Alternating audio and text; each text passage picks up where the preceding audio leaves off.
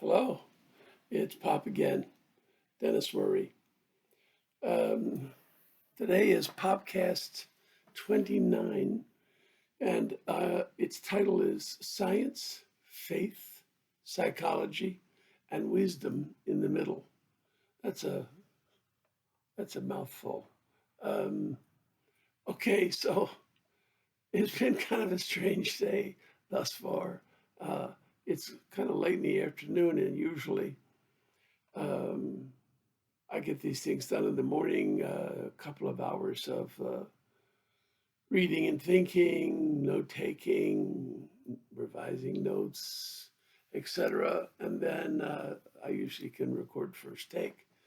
Um, but wow, I had very clear idea in my mind yesterday as to what I was going to cover today, and it was going to be about biology, and particularly the concepts in biology of emergence.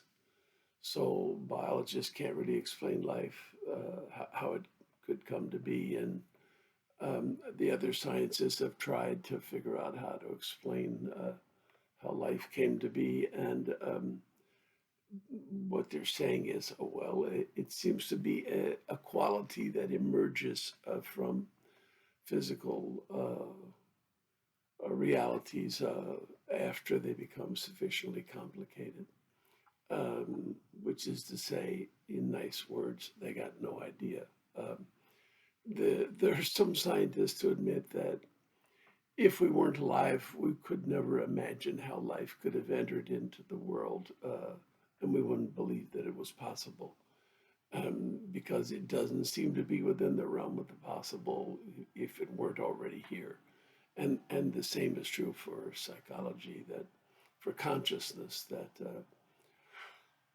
uh, there's just nothing that had gone before that would have said, oh, well, what's coming next is going to be that living things are going to develop consciousness. And the same for self consciousness. And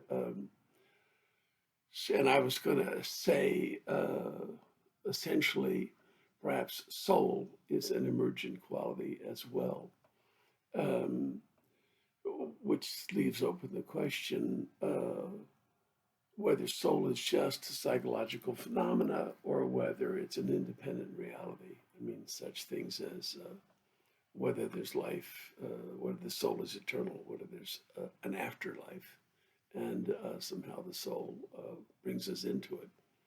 Um, but the more I thought about it, the more it seemed like that really wasn't the right direction. So I went back and looked at recent podcasts to get an idea for the thread, and then I decided to take a break and eat lunch and think about it some more. And I just feel like we need to talk more about life in the middle, and um, that the essentially talking about science and biology and emergence really didn't seem to fit next, though it's interesting. Um, so, talking about life in the middle, I thought, well, okay, let's get at least a little more broad. Let's talk about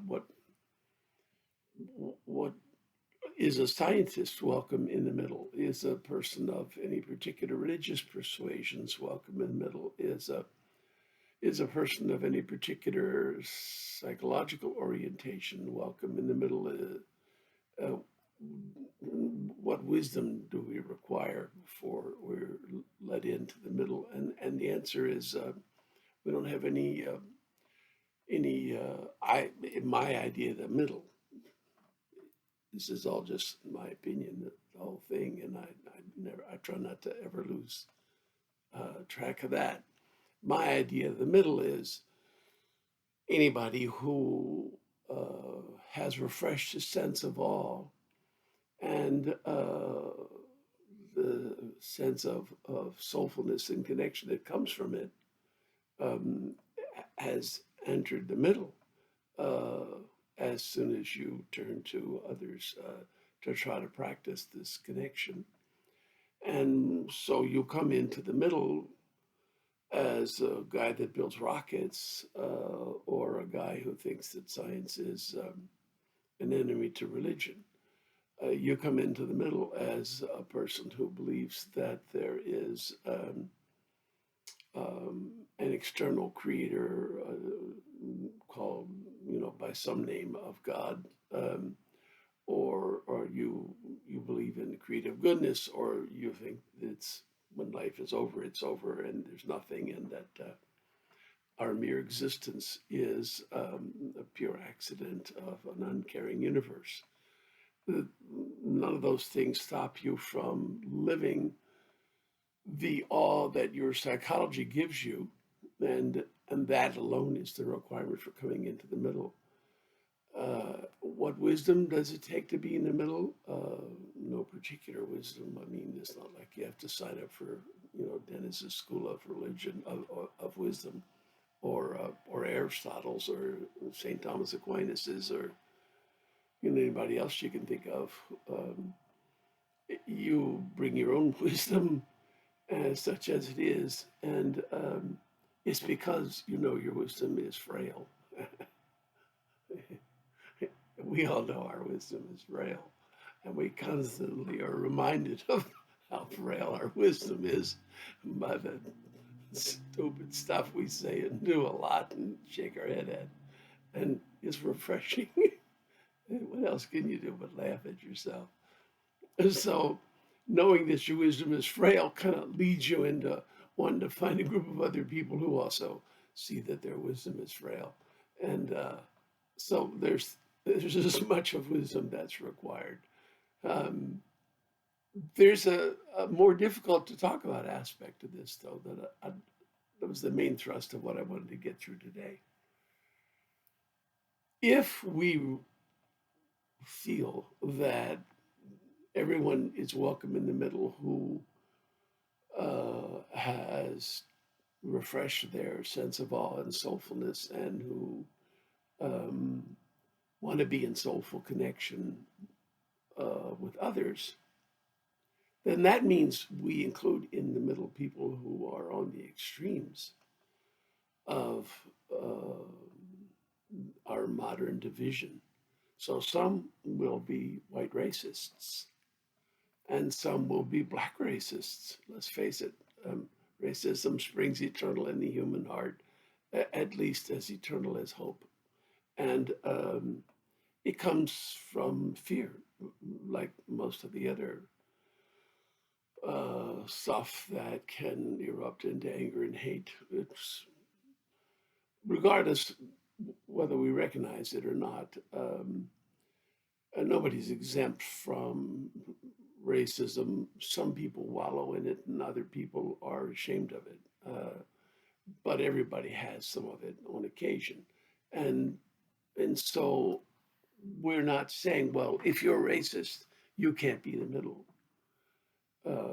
We can't say that, because then we'd be throwing people out of the middle who have interpreted what it means to live the gift of each other dramatically differently than us, but who nevertheless are living by an interpretation. And because our awe is a very primal intuition, it's very inaccessible to us to really figure it out. And it's very easy to find some ideas someplace in a book or in a community group, and just feel like, well, they seem like pretty good to me, and Dad likes them, and you know the other people who are prominent in my life seem to feel that way, so I'm going to accept that as an interpretation, and so you live a rather meanly. You may feel that if kids don't get smacked around, they're not going to learn hard lessons. If poor people aren't left to wallow in poverty, they're not going to learn that they have the capacities to help themselves. And conversely, you might feel that no one should be forced to suffer any indignity, any poverty, any hardship, because they're harmful to character instead of character building. So I'm going to quit now today, but you see where I'm going, and I'm going to continue this tomorrow in some detail. Okay, thanks. Take care. Bye bye.